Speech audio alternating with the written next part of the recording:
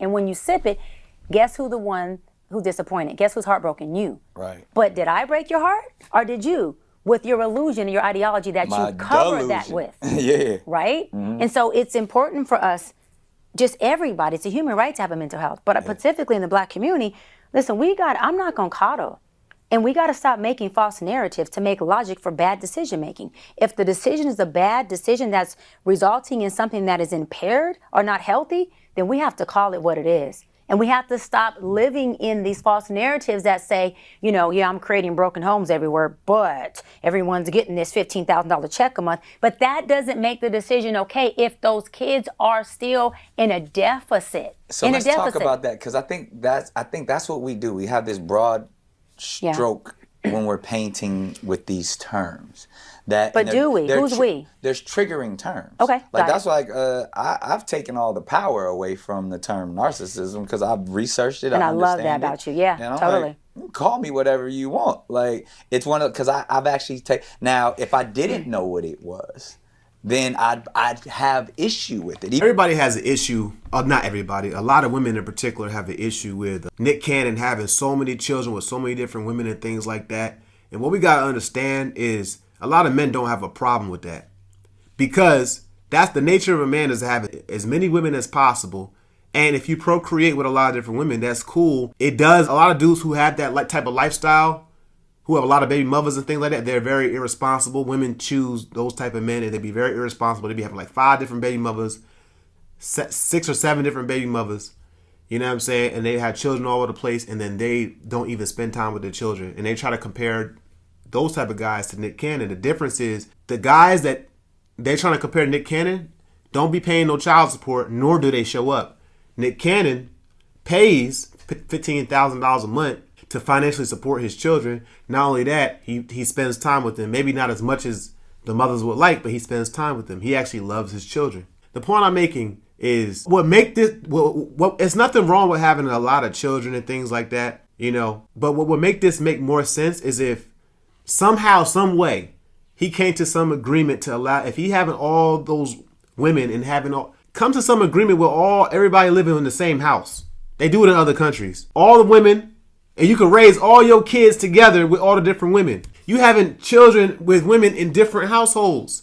Now you gotta go to all these different houses. When you could just they should all be in the same house. You just buy a big mansion, buy a big land like Boosie did, and have them all have their own house on your land and stuff like that. And you know what I'm saying? Like, that just makes more sense. So now you can raise all your children in the same household or on the same land. We have fun discourse where I talk about everyone from Jesus Christ to Steve Jobs to Rihanna to Beyonce to all of these people to Kobe Bryant to LeBron. As a narcissist, you actually would do what you did with it. Yeah. Exactly. So as a narcissist, you don't have an issue with it. At all. And that's what narcissists do. You stand on, you're like, listen, I'm proud I am to be this, me. and I am that, and I am this, and what? That's a narcissist. And now that part of the narcissist. Narcissists aren't the only ones that do that. When everybody's saying something about you, and you don't want to subscribe to that, you don't want to believe in that ideology, all because you're saying,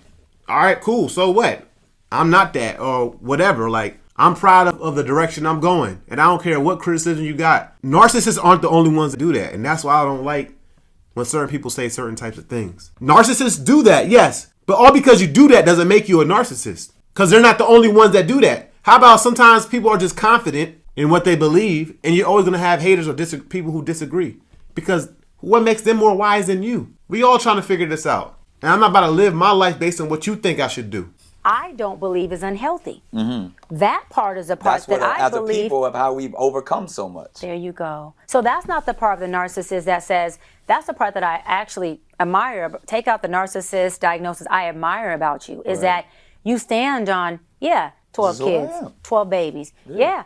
Narcissist. Yeah, this is what they say. So how about, look, I'm going to throw it out there. What's next? I'm going to catch what I want coming back, and I won't catch what I don't. Exactly. And that's what I believe has become your survival mechanism that's worked for you. Facts. But also it's become something that I feel is a very healthy protectiveness for you. And it's not wrong. That's not a bad part. And in therapeutic settings, I mean, I can be vulnerable and let it out to where I know the things that pain me as well. I know the things that about me, like, man, I wish I could do this better. Or, man, I wish I wasn't in this scenario. But in that, and going back to the other term that's been thrown around quite a bit, which I still struggle with. It's not triggering to me, but I struggle with the term because of how society defines it. And I talk with Ayanna Vincent about this, about the term broken homes. And even in our setting, she had an interesting take on it, which I appreciated and brought some warmth. But even in the comments were they were like, oh, she's being too easy, because she personalized it about her upbringing and her, and I think she kind of just leveled the playing field with saying, even with the 2-parent household, we all come from broken homes. And I appreciate her maternal and matriarch approach of it's like, we all need help, we all need therapy, 100%. We all need counsel. But even in your conversation with Cam, I felt like he was triggered a little bit by the broken, and I've been in those settings where, in the I don't like you because you creating a bunch of broken homes, and it's like, wait, what? I'm just trying to be the best father I can. Right. Another thing that frustrates me about this is that it's all these women are criticizing Nick Cannon for creating all those broken homes. Not one time have I ever heard a criticism towards the women who decide to have children with him and start a family with him. Not one time. Y'all are women. The women who decide to have a family with him know what he got going on, and they also decide. Like he's he's having these families with grown women. Why can't y'all women criticize other women? Don't women understand each other better than men? Y'all trying to get the man to understand you, but y'all not talking to the women who made the choice knowing that he has 5 other baby mothers, 6, 7 other baby mothers, and they still decide to have a child with him. All the criticism goes towards him. And it sounds like y'all just mad that he didn't choose you, that he didn't have a kid with you. That's what it sounds like. I'm just trying to make the best out of the situation that I did create, but I'm still trying to step up. And whether the amount of money that, my family's let me correct received, you. You're not trying to step up because I see you personally doing it. You do step up. So let's not say you're trying. Right. You do. You run around this whole damn world. You do. You've left sessions of us here. To run off to go pick up your baby from school. I've witnessed it. So I'm just saying it's not try, you do. So I wanted to correct that. But continue. No, but that's what I think, because it gets all housed in that. Because what then comes with the broken home term comes remember, broken house and broken home are 2 different things. But I'll explain that after. Continue. But because what's associated with it, and now I'm only speaking to terms, right? Yeah. People always make things way more complex than it has to be. Broken home is different than broken house. Come on now, bro. Come on, bro. Why y'all gotta do all that? Come on, man. When you overcomplicate stuff, especially simple concepts, you pollute the solution. And what I mean by polluting the solution is the solution be right there, and people could, all right, solve the problem, and then you figure out a way to take that branch and break it in 2 and try to make it more complex. And now the person's confused again. You're right back at ground zero when they didn't have a solution. They thought they had a solution. Now you just branched it off and broke off a branch. And now you're saying, well, broken homes are different than broken houses.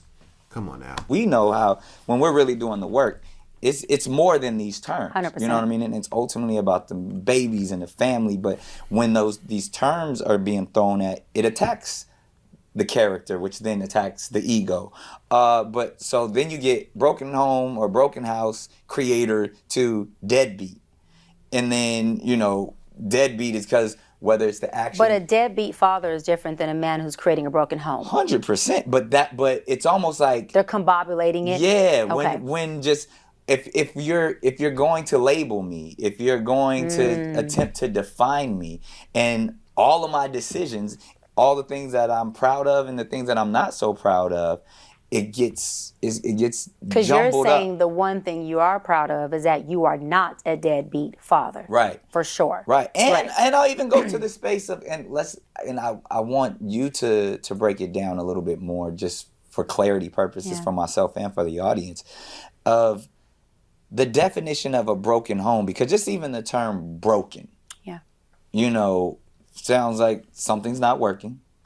It also sounds like something that was once whole is now not able to function, or is in two parts or multiple parts. But that's not a broken home. But I want to hear what you're saying. When you hear it, that's what you think. That's what you associate to it. Got it. Yeah, so because from what I believe your definition, you'll share it in a moment, what a broken home is, it's another thing that I'm not running from.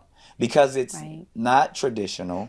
It's not the nuclear family of a male and female in a home that is raising a child. Or let's clear this up, because you have a lot of people with different dynamics. It doesn't have to be a male and a female. Or a two-parent household. Two-parent household. A two-parent household. But even even in the comments and even in a lot of those conversations, because I've seen this conversation come up amongst our peers, and even outsiders will talk about, well, are, two men raising a child, is that considered a broken home? Or two women raising a child, is that considered a broken home? And a lot of people think that. Or one able and capable person who chooses to say, I don't want a partner, but I want a child.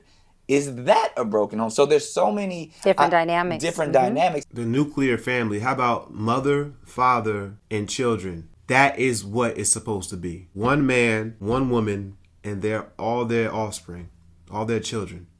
That's what a family looks like. That's what a non-broken home looks like, right? Now, people have problems and things like that, and, I guess you can still be from a two-parent household and still have issues. But we've seen time and time again throughout history, the best thing for children to be raised, or the best type of household or family for children to be raised is a dad, a mom, with a dad and a mom present in the household. So his situation is unique, and that's why I said his situation is not the best. But it'll be better for him to figure out how he can get all of his baby mothers, with probably the exception of Mariah Carey because she's super rich, but get all his baby mothers to maybe not be in the same mansion or house, but be on the same land. Because Boosie has so many acres of land, and he's built multiple houses on his land, almost like a small community. And he said each one of his children has like their own house, I think. So each woman can have their own house. I mean, he's rich enough. And then he can visit the different houses and stuff like that. And it could be a community. All the kids are being raised together. And you get to come home to them every single day and see your family. Because his situation is not traditional. But the best thing he could do, he has to be in those kids' lives. He has to be around them. And not all over the place, but in one area. They all can say, Daddy, at the same time and hug him. That's what I think is best.